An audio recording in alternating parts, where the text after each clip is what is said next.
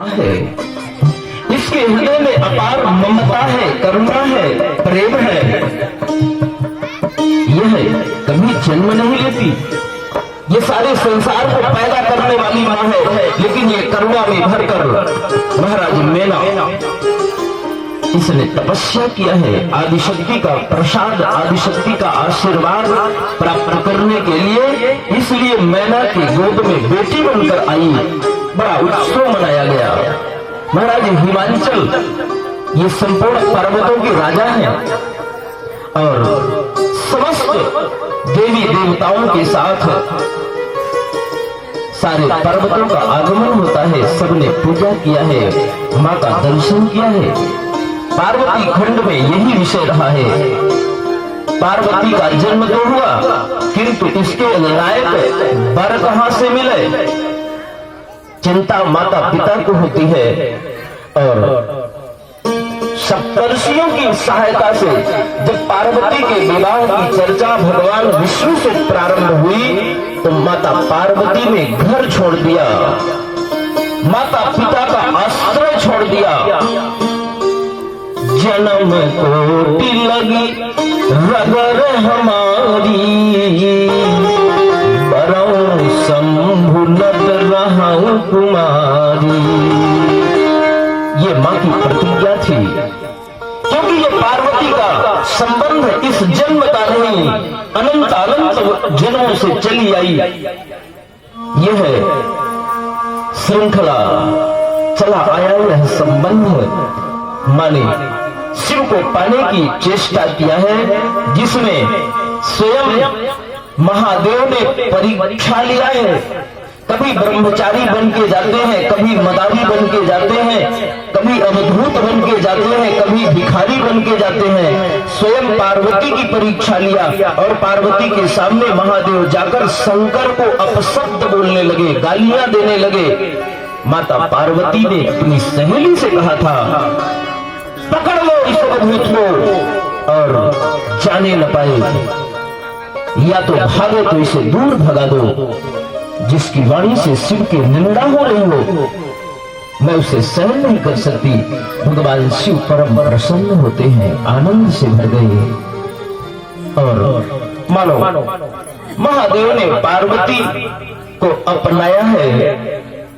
सप्तर्षियों के माध्यम से संबंध की चर्चा भेजी गई है, लग्न पत्रिका लिखी गई और सुंदर पार्वती और शिव के विवाह की कथा उस शिव महापुराण में वर्णन किया गया है। विवाह के बाद क्या होता है, पुत्र जन्म लेता है, और इसलिए शिव महापुराण में कुमार खंड का वर्णन है। शिव और शिवा के संयोग से दो दिव्य महा तेजस्वी महाप्रतापी बेटे पैदा हुए।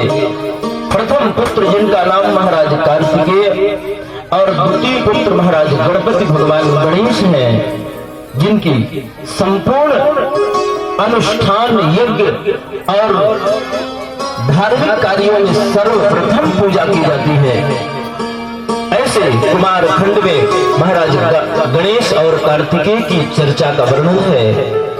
कार्तिकेय परम तेजस्वी परम पराक्रमी है, जिन्होंने अपने पराक्रम से देवताओं का नेतृत्व करते हुए तारकासुर जैसे बड़े बड़े पराक्रमियों को समाप्त किया है। और इसी के साथ यह कुमार खंड की कथा पूर्ण होती है। युद्ध खंड, जहां पर भगवान महादेव ने त्रिपुरासुर के तीनों पुरियों का विध्वंस किया है। स्वर्णपुरी, रजतपुरी और लौहपुरी, तीन पुरियां हैं। ये तारकासुर के तीन बेटे हैं। इन तीनों के अमोघ इन नगरों का विध्वंस किया है महादेव शिव ने। ये भगवान महादेव भक्तों के लिए अत्यंत सुकुमार कोमल है और दुष्टों के लिए, दैत्यों के लिए भयंकर है, भीषण है, भयावह है। ऐसे महादेव ने अपने भक्तों की रक्षा करने के उद्देश्य से इन त्रिपुरारियों को समाप्त किया है, तीनों पुरियों को विध्वंस किया है। इसके बाद सतरुद्र कोटि संहिता का वर्णन शिव महापुराण में है। आज मैं विराम के अवसर पर शिव महापुराण की एक सूची आपके सामने बता दे रहा हूं, दिमाग में बात रहे। सतरुद्र संहिता में भगवान के अन्य अवतारों के साथ प्रहलाद पर अनुग्रह करने के लिए भगवान नृसिंह अवतार धारण किया। हिरण्याक्ष को मारने के लिए 12 रूप में भगवान अवतरित हुए। अन्य अवतारों के साथ भगवान के विविध चरित्रों का वर्णन है। कोटि रुद्र संहिता में भगवान के 12 ज्योतिर्लिंगों का वर्णन है। अद्भुत है ज्योतिर्लिंग, जिनके स्मरण करण मात्र से सारे पाप समाप्त हो जाते हैं। हम लोग रोज यहाँ पर दोहराया करते थे, अभी आज भी एक बार उन 12 ज्योतिर्लिंगों का स्मरण करेंगे। 12 ज्योतिर्लिंगों की कथा है। यह किसी कारण विशेष से यह दिव्य ज्योतिर्लिंग स्थापित तो हुए, किंतु ये आज भी हमारे आपके पापों को समाप्त करते हैं। जो प्राणी इनका स्मरण करता है, जो प्राणी उन तीर्थों को प्राप्त होता है या उनके संबंध में जान लेता है, तो पाप समाप्त होते हैं। इस प्रकार ज्योतिर्लिंग की संहिता और उमा संहिता, जिस उमा संहिता में आदि शक्ति भगवती जगदम्बा ने साक्षात अष्टभुजी देवी का रूप धारण किया है। महिषासुर, शुंभ, निशुंभ, चंड, मुंड इत्यादि बड़े बड़े पराक्रमी इन दैत्यों को समाप्त किया है। ये उमा संहिता में वर्णन है। ऐसी ही विस्तृत कथाएं श्रीमद् देवी भागवत महापुराण में बड़े विस्तार से प्राप्त होती हैं। शिव महापुराण में उमा संहिता में भगवती आदिशक्ति जगदम्बा का यह गुणगान किया गया है। इसके बाद कैलाश संहिता है और कैलाश संहिता में भगवान शिव के पूजन का वर्णन, शिव तत्व का वर्णन, सन्यासियों का धर्म क्या है, जो शैव धर्म के उपासक अनुयायी जन हैं उन्हें किस प्रकार से शिव की भक्ति करना चाहिए, इन तमाम बातों का विस्तार से वर्णन कैलाश संहिता में।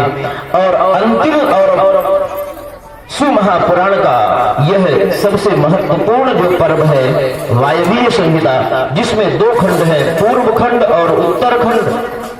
पूर्व खंड में मोक्ष साधन और शिव तत्व की व्याख्या, और उत्तर खंड में स्वयं कृष्ण अवतार जो भगवान का द्वापर में हुआ था, त्रेता में राम अवतार हुआ था। कृष्ण और राम इन दोनों ने शिव के दरबार में जाकर शिवाराधन किया है। शिव जी से अपने कल्याणार्थ वरदान प्राप्त किया है। भगवान कृष्ण ने भी जाकर कैलाश में भगवान शिव और शिवा को नमन किया है, प्रणाम किया है। अर्थात ये जितने अवतार होते हैं, इन सभी अवतारों में महादेव की कृपा अत्यंत आवश्यक है।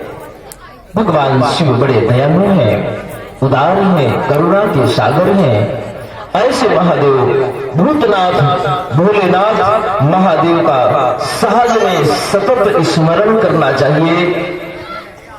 किसी देवी देवता के पूजन के लिए बहुत विधान की जरूरत होती है, किंतु महादेव तो ऐसे देवता हैं, चाहे उनकी पूजा नर करे और चाहे नारी करे, बूढ़ा करे चाहे जवान करे, जब जब मन करे तब कर हम उनकी पूजा करें। विचार करो, आप कितनी ठंडी पड़ रही है, हमने तो अपने लिए पानी गर्म करके स्नान कर लिया, अच्छे ऊने कपड़े पहन लिए, खूब कान बांध लिया, ढक लिए शरीर को, और खूब ठंडा पानी ले जाकर भगवान शंकर की पिंडी में सीधे आप लोग के छोड़ देते हैं। इसी तरह शायद आपके साथ हो तो आप क्या करोगे? आपके सिर में कड़ाके की ठंड हो, आपके सिर में कोई एक लोटा जल डाल दे तो क्या सीधे बैठे रहो? लेकिन ये महादेव कभी क्रोध नहीं करते, ये बड़े दयालु हैं, करुणा से अभिभूत। जिनके देह से उत्पन्न होने वाली भगवती मां रुद्रदेह मां नर्मदा, जो करुणा के रूप में प्रवाहमान है, महादेव अत्यंत कृपा के सागर हैं। ऐसे महादेव की कृपा से भरा हुआ यह शिव महापुराण जिसे आप विगत दिनों से सुन रहे हैं, शिव जी का एक भजन हम लोग सुने, उसके बाद थोड़ी सी चर्चा और मैं आपसे करूंगा, क्योंकि यह आज विराम का क्षण है, समापन की वेला है। हम सब लोग भगवान शिव जी को भूले नहीं और हम शिव का स्मरण करेंगे तो शिव हम पर सदा कृपा बरसाएंगे, अपने भक्ति का आशीर्वाद देंगे, हमारा आपका जीवन सदा आनंद से भरा रहेगा। श्री